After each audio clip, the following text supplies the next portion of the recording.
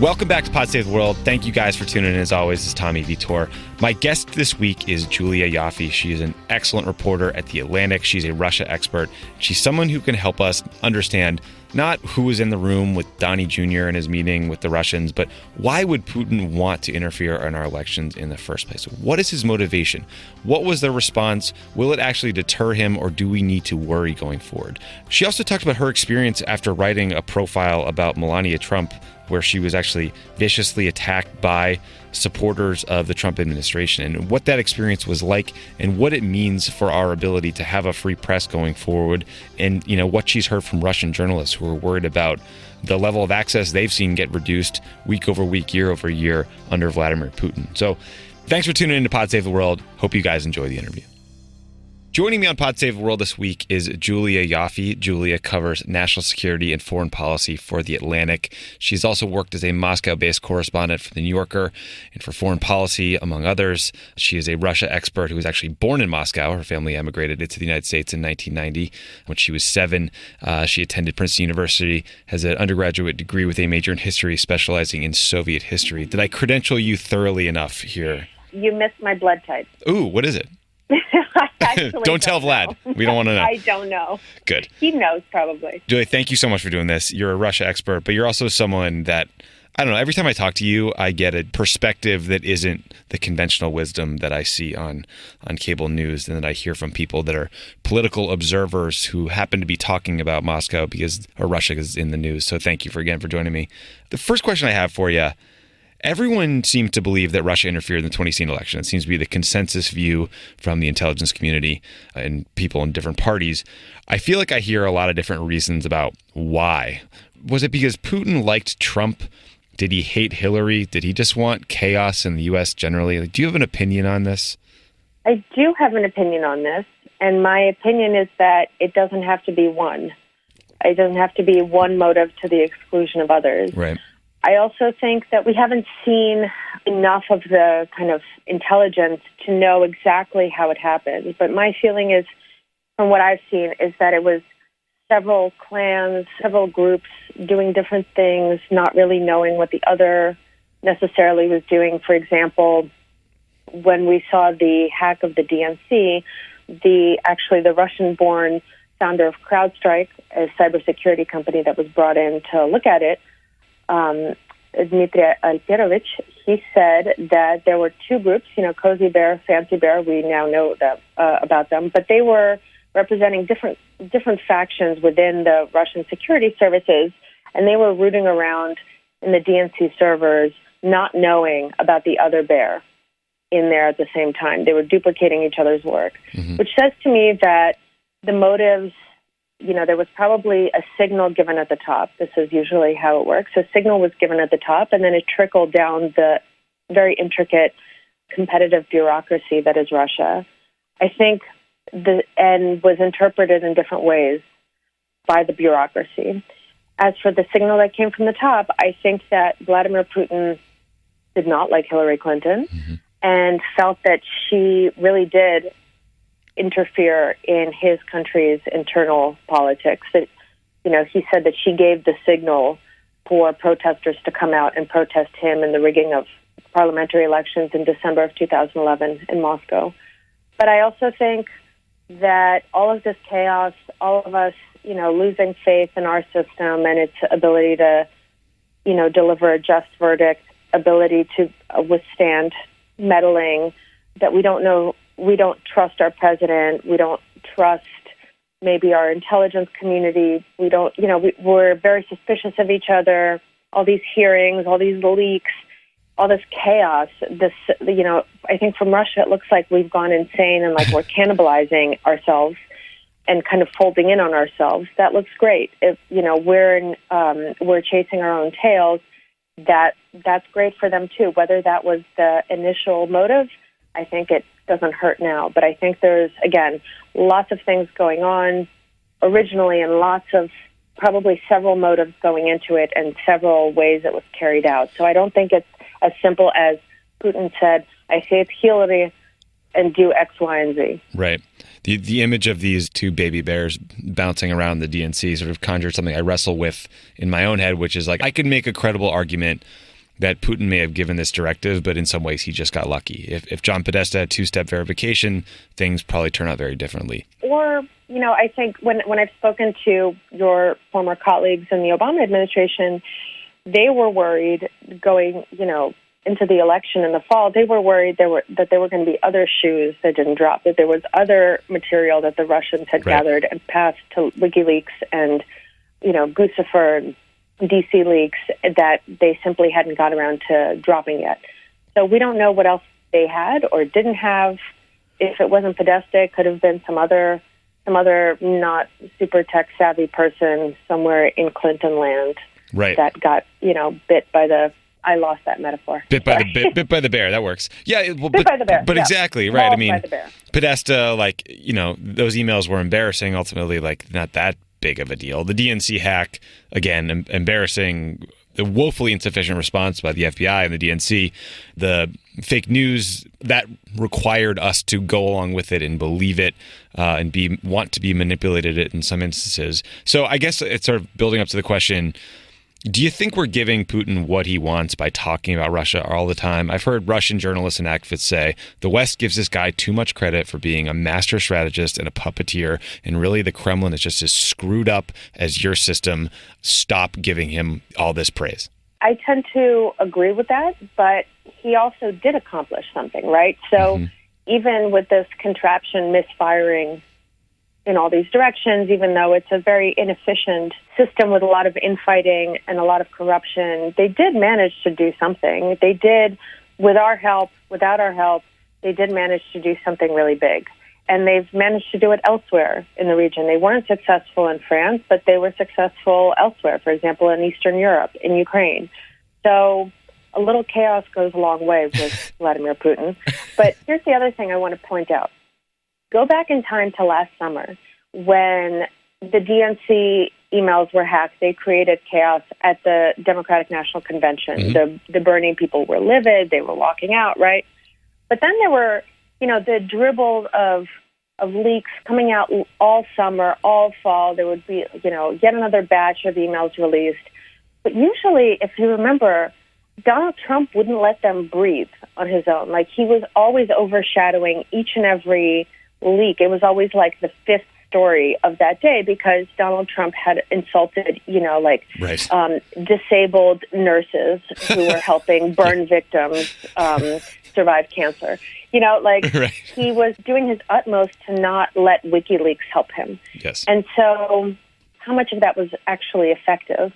I think there were other things that we haven't really picked up on yet that were more effective. It wasn't so much those email dumps or the press cooperating and looking through the emails and publishing, poor Neera Tanden's correspondence.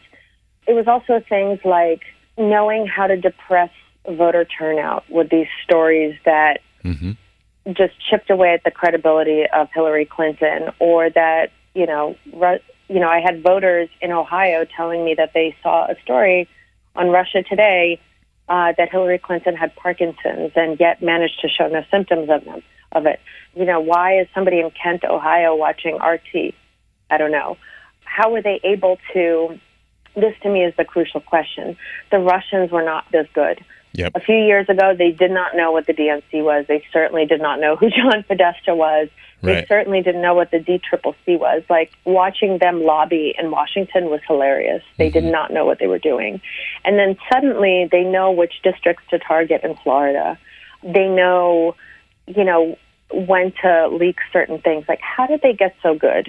Right. And was there somebody, I don't know, maybe there wasn't, but was there, the analog of a CIA spotter guiding the missile? That to me is the question, because the Russians, maybe they got this good really fast. That's plausible.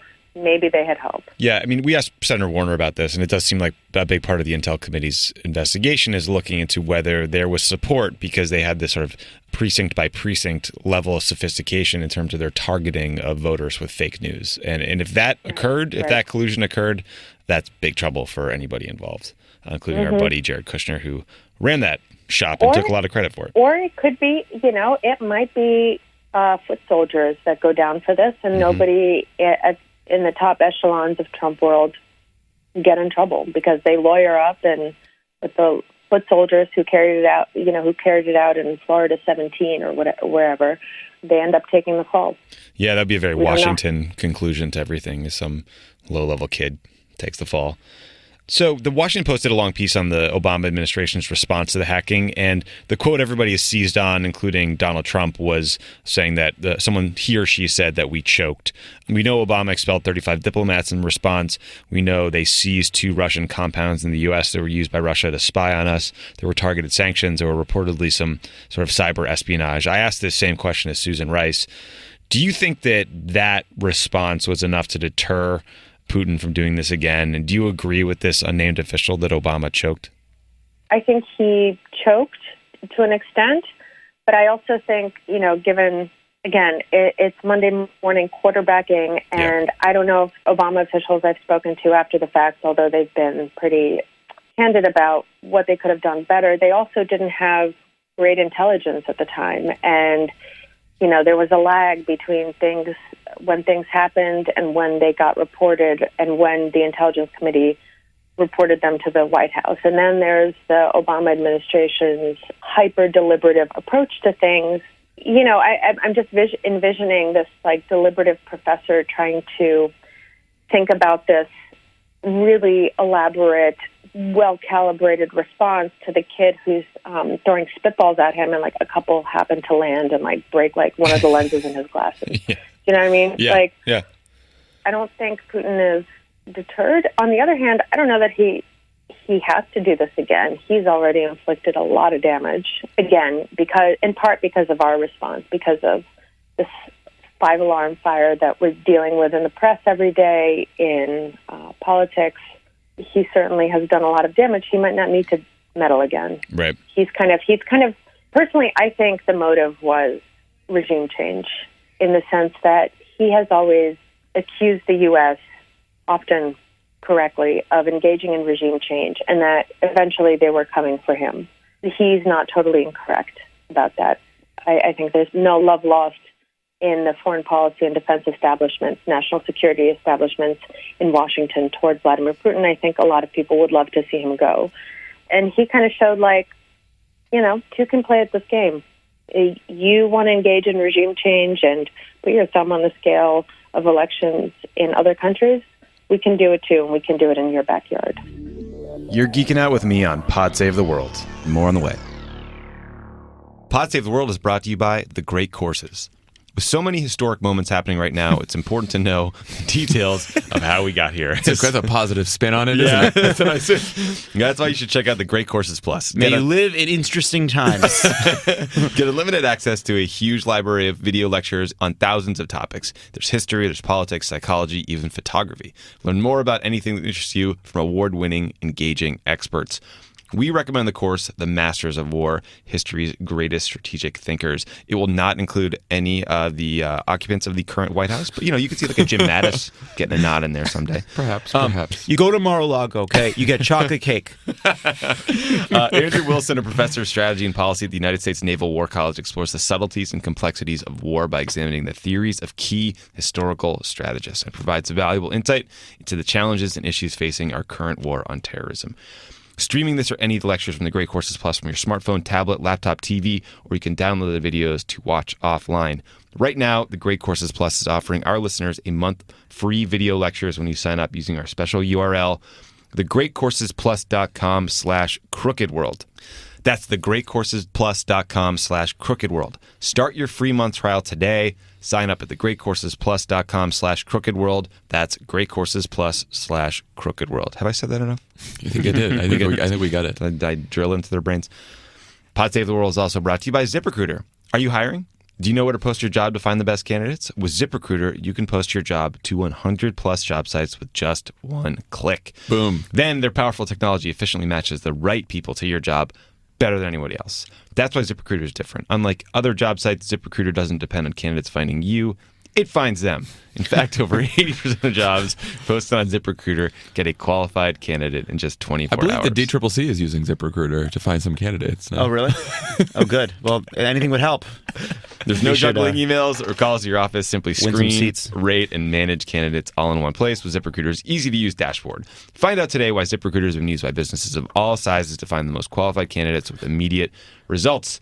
Right now, my listeners can post on ZipRecruiter for free. That's right, love it, free. Go to ZipRecruiter.com/pod. That's ZipRecruiter.com/pod. One more time, to try it for free, go to ZipRecruiter.com/pod. ZipRecruiter must advertise in a lot of podcasts. The fact that we got pod as the code. Very good. Yeah, very, very that's good. pretty good. We're in pole position here.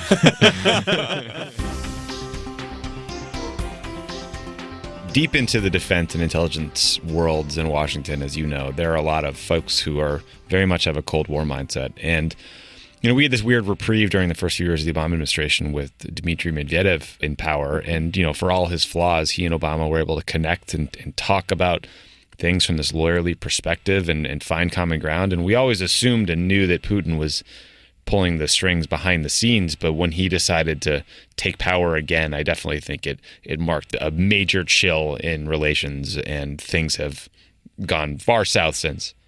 Definitely. And I think that this argument that, Medvedev wasn't a real president, and so that whole policy was a joke, which is what a lot of Russian liberals will say just because they're so deeply stung and hurt by the fact that Medvedev didn't get a second term and that Putin went full-on revenge in 2012 when he came back. But that's not true. If Medvedev was doing that from 2008 to 2012, that was Vladimir Putin's policy. Right. He was experimenting with détente. He was putting his toes in the water, trying to figure out if he could let go of the reins a little bit, if this guy could be a worthy successor. And then Libya happened, and he felt that Medvedev let himself get duped by the West, and he handed over a steadfast ally of Moscow, Muammar Gaddafi, who was then brutally killed in the street. And, he felt like, do I have to do everything myself? Like, I can't ignore you while you take one UN Security Council vote. And he felt like he had to come back. And now he's I think part of the reason he's so aggressive is because he's also trapped. He has no exit strategy except a coffin. Like, I don't know, in Moscow, there's a lot of anxiety about what happens in 2024 when his fourth presidential term is out. Like, is he going to just amend the Constitution? Is he going to cling to the bitter end? Is he going to have a successor? And who will that be? And will that change the rules of the game?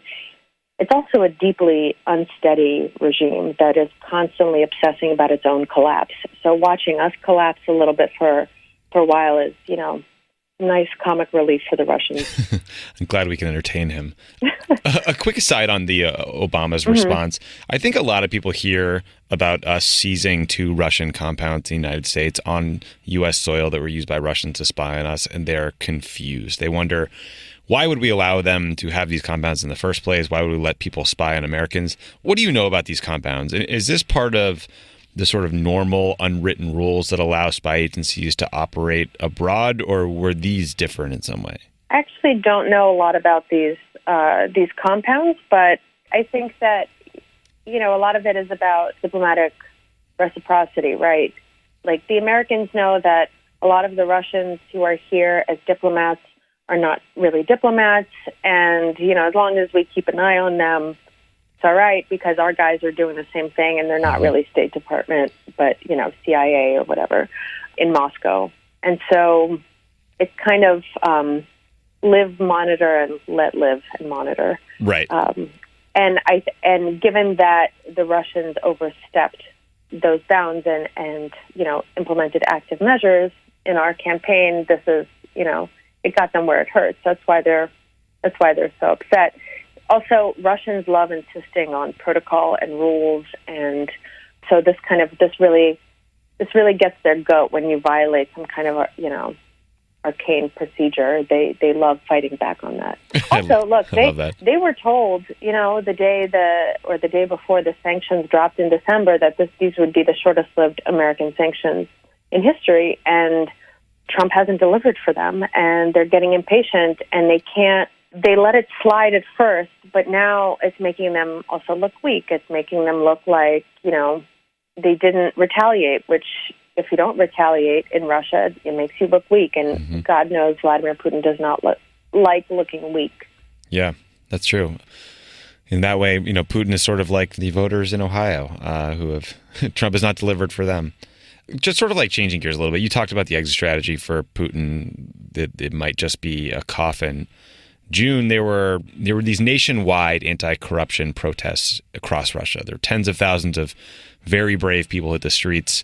They were in all of 11 of Russia's time zones. They were organized by an opposition leader named Alexei Navalny, who was detained and sentenced to, I think, 30 days in jail. Putin has an 80% approval rating, I think, thanks probably in large part to running the media. What do you think the state of the opposition is in Russia? Is there any hope for people who would like to see a future for Russia that doesn't include Putin, but would like to see that future come in a democratic means? This is a very complicated question, starting with Putin's approval rating, which has been shown by some Russian sociologists to be very skewed because of the very low response rates. So the people who don't agree with what's happening just tend to not respond because they don't want to stick out, they don't want to get in trouble.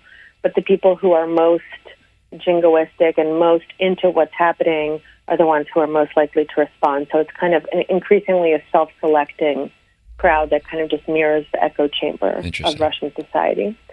That's one.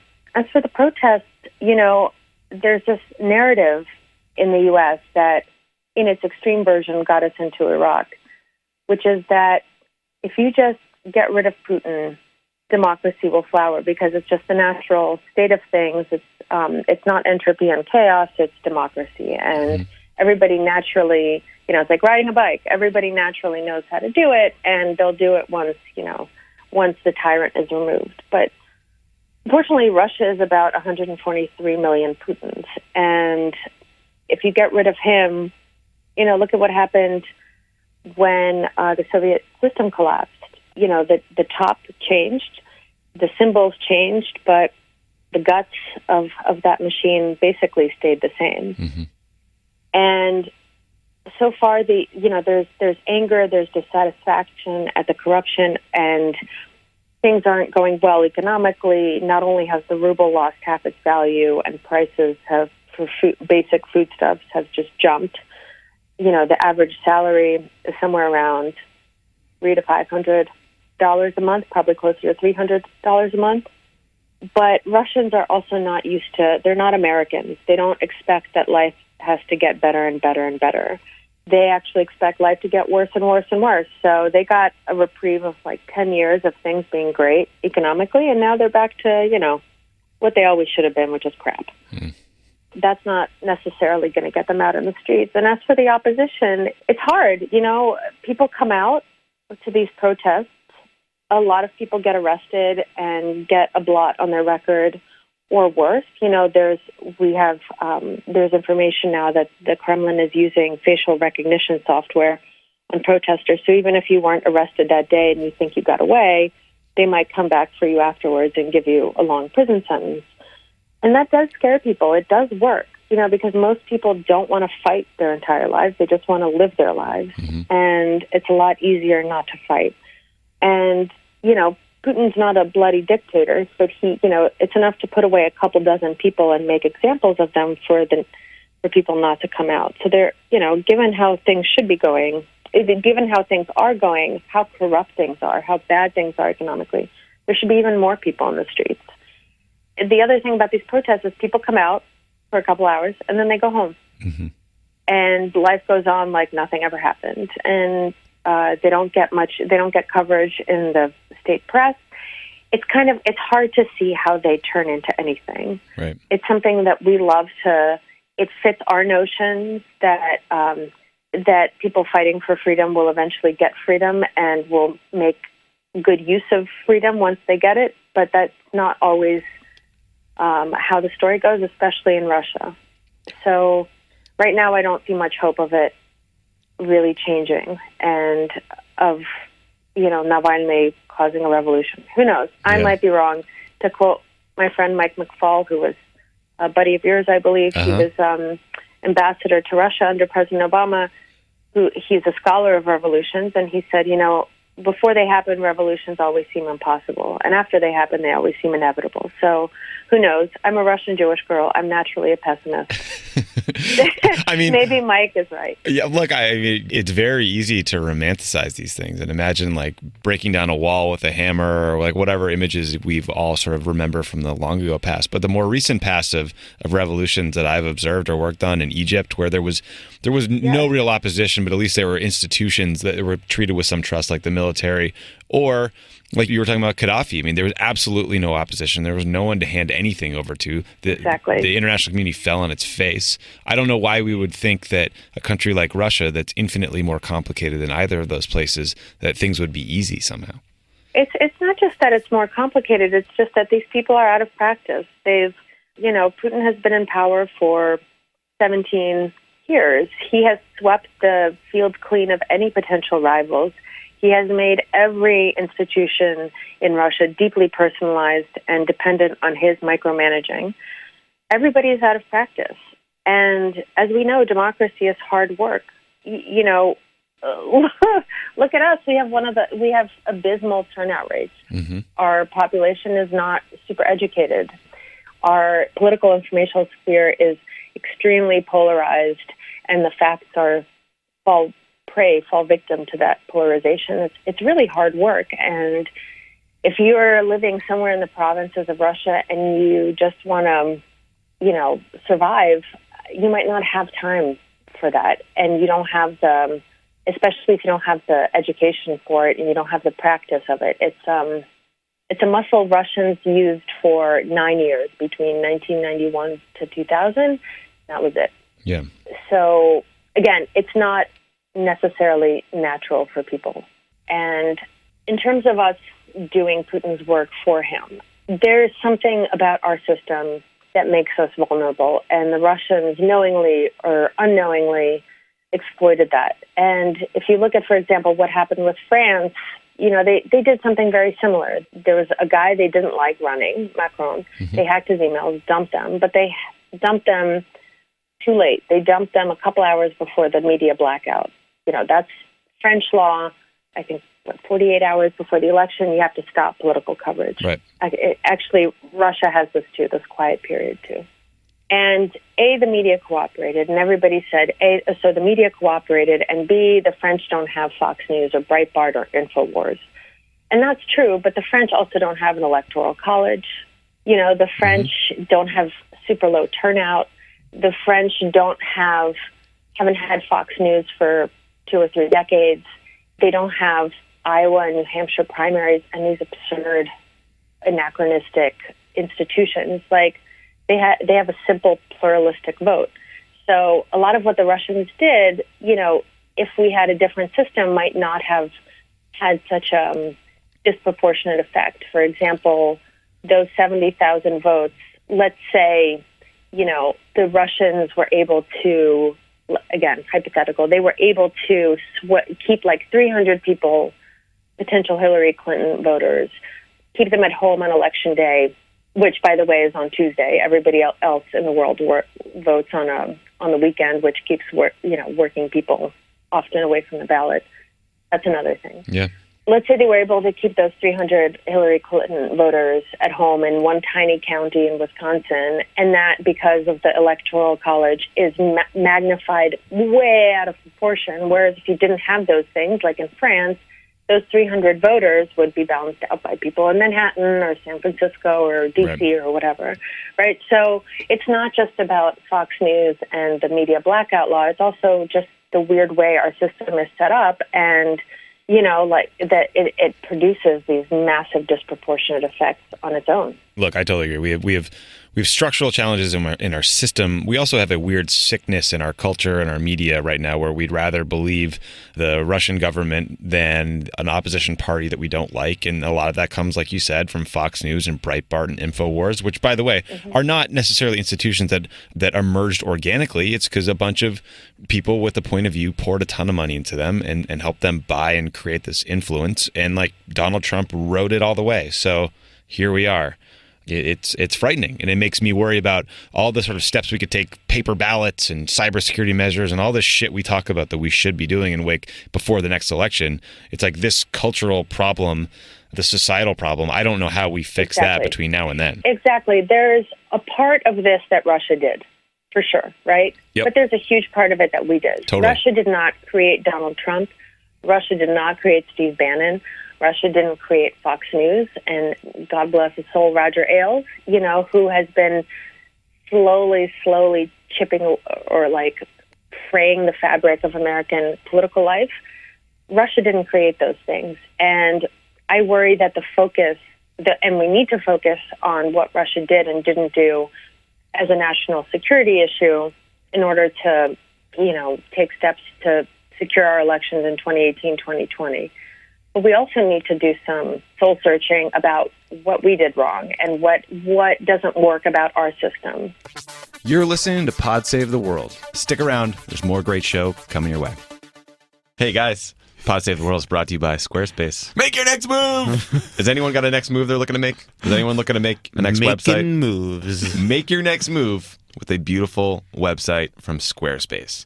Squarespace has award-winning templates, and they're the most beautiful way to present your ideas online. You can create a beautiful website with Squarespace's all-in-one platform. There's nothing to install, nothing to patch, nothing to upgrade.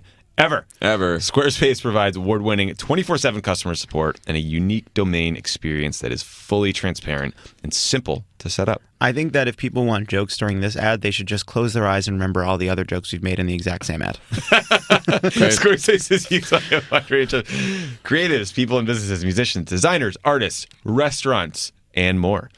Use offer code Save the World. So self-aggrandizing. You get the best. I have to tell you, get the best codes, man. We're going to have a conversation about code consistency. Yeah. You have so many different codes. I know. Use offer code Save the World for 10% off your first purchase of a website or a domain. That's offer code Save the World for 10% off your purchase of a website or a domain with Squarespace. Yeah, man. What What a sanctimonious code. It still works, but... Pod Save the World is also brought to you by Simply Safe. Thousands of people seeking home security get ripped off every day, and the home security industry wants you to believe it's your only option. They've got hordes of salesmen out there trying to scare you into signing one of their long-term contracts. Bastards. You get stuck writing huge checks month after month, and it can cost you thousands. But there's a better way to protect your home. What? Simply Safe Home Security. I'm learning a lot about what's going on out there. Yeah, you're screwed. Simply Safe has no contracts, none. You get award-winning 24/7 protection. It's named the best in the industry. Security professionals are watching, ready to instantly send the police if something goes wrong. And it's just $14.99 per month. That's really cheap. That's pretty less cheap than for home half. security. Seriously, that is less than half of what most companies charge. Protect your home the smart way. Visit simplysafe.com/crookedworld. Now that's spelled SIMPLISAFE.com. Oh, good you said that, because that did not occur to me there would be an alt spelling on simply. Yep. /crookedworld to check out their new high definition camera. Plus, I'm going to get one of those. Plus, you can get 10% off of any order, but that's only at simplysafe.com/crookedworld. Are you sure it's not pronounced Simplisafe? Go to simplysafe.com/crookedworld. This might be an Italian company. We had no idea. Simplisafe. All right, I'm done. End of ad. My last question for you is, you wrote this profile of Melania Trump that she didn't love, but you were viciously attacked for it. Unlike anything I've ever seen. There was harassment, anti-Semitism, truly vile stuff. And at the time, you talked about how you were worried that response to the piece showed a frightening future for the freedom of the press during the Trump administration. To quote you, you said, "What happens if Donald Trump is elected? We've seen the way he bids his supporters to attack the media, his proposal to change libel laws to make it easier to sue journalists."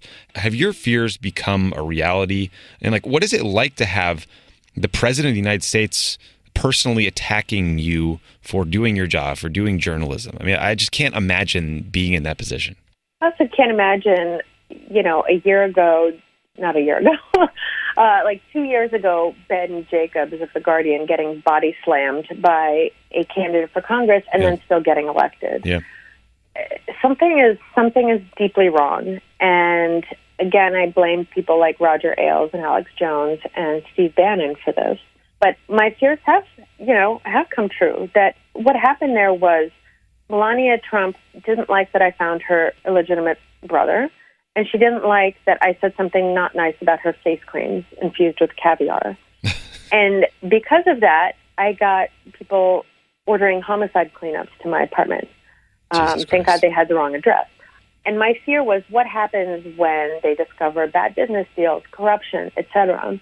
And what I worry about is that we're about to enter the next phase, and this is what happened with journalists in Russia, that eventually journalists started finding worse stuff. And look at all the stuff the press is digging up just in the last couple of weeks. This meeting with Donnie Jr. Like, this stuff is getting serious, and it's really paralyzing him politically. He's wasting a ton of political capital on this. He's getting really frustrated. He keeps lashing out at the fake news, the hoaxes, etc. His supporters do as well. That has to go somewhere. That energy doesn't just fit in the universe. It has to go somewhere. And I worry that, not that there's going to be violence, although there might be, I worry about the softer issues. And this is, so we had a couple of weeks ago at the Aspen Ideas Festival, we brought in 2 Russian journalists who talked about how basically this is the last phase of the end of independent Russian journalism, and how nobody can work anymore because all the independent outlets have been shut down or have been basically self-censored and censored to within an inch of their lives. And there's basically just no way to earn your daily bread as a journalist. And all the American audience members wanted to know is, aren't you afraid for your life? Aren't you afraid of getting killed or beaten up? And they're like, you're not listening to us. There's nowhere for us to work. There's no way for us to work and get paid and feed our families and put a roof over my head.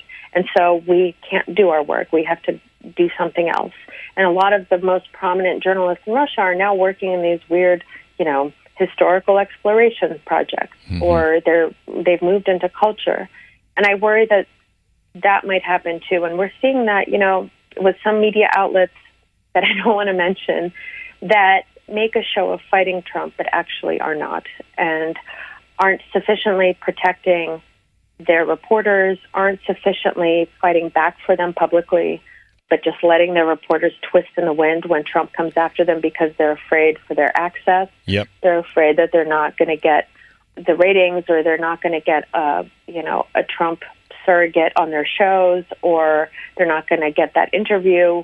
It's that I'm worried about. It's slow, it's insidious, and then before you know it, it's over, and there's nowhere for you to work, and there's no one that will publish you because everybody just wants the interview. I worry about that too. And I worry about the natural tension and competition between journalists, making it harder to take collective action to fight back against the things they do, like off-camera briefings, fewer briefings with low-level hacks who lie to you all the time. I had a long conversation with Jeff Mason about this. It was a little contentious, but I think, he had a hard job as president of the White House Correspondents Association, but I do think they need to do better. So if people are listening right now, what do they need to do? Should they just pay for great journalism? What's the antidote for normal people? Trust. I want to say trust us, but also just, be skeptical, active readers, and definitely, subscribe and pay for your subscriptions. But also just assume that we're in it for the right reasons, that we could be making a lot more money doing something else. But right. Most of us have this weird thing where we want to find out the truth and be on the outside and, be the fly on the wall. We're doing it to find out the truth. We're not doing it to pull one over on you and to bring Trump down just because we don't like him. But it's interesting about, I think you're absolutely right when you talk about the competition. It's the one thing that whenever I talk to Russian journalists and I ask them, what are we doing wrong? What should we do? That's the thing they point to. And they're like, stop competing over access. Access is bullshit. It is. Access does not give you, okay, you're going to get access and they'll lie to you or what? Congrats, you got Kellyanne Conway on your Sunday show. She's going to make a fool of herself. Or, access is the poison pill. And you guys should not cannibalize each other just because you want that extra bit of access. And what every Russian journalist said when there was that first Trump press briefing when Jim Acosta of CNN was not allowed to ask his question and Trump just shut him down? Yeah. every Russian journalist I spoke to said either A, the entire press corps in the room stands up and walks out, or people pick up the baton and ask Jim Acosta's question over and over and over again until they get an answer. Because you think, great, you got Jim Acosta out of the running, he'll answer your question. You could not be more wrong. Yeah. You're next. So stand up for, I mean, I've just made a practice of anytime a journalist is getting pilloried, even if they made a mistake, just to voice public, reach out to them privately and offer, my help, because I know how horrible and isolating it feels. But to speak out publicly for them and to show support, even if they messed up. Yep. And especially if they didn't, just to show that, we all want to get the scoop first. We all want to get it first. But if they start picking us off one by one, it's not going to end well for any of us. I agree with that. That is a great place to end. Julie, thank you so much for doing great work, being a great journalist, for dropping some Russian knowledge on us when we need to hear it. And for playing hurt, you were not feeling 100% today, but you did this interview despite having a cold, and I will never forget that. So blame my rambling on having There was a cold. no rambling. But it's a pleasure to talk to you. It was great talking to you. All right. Have a good one. All right. Thanks. Bye. Thank you. Bye.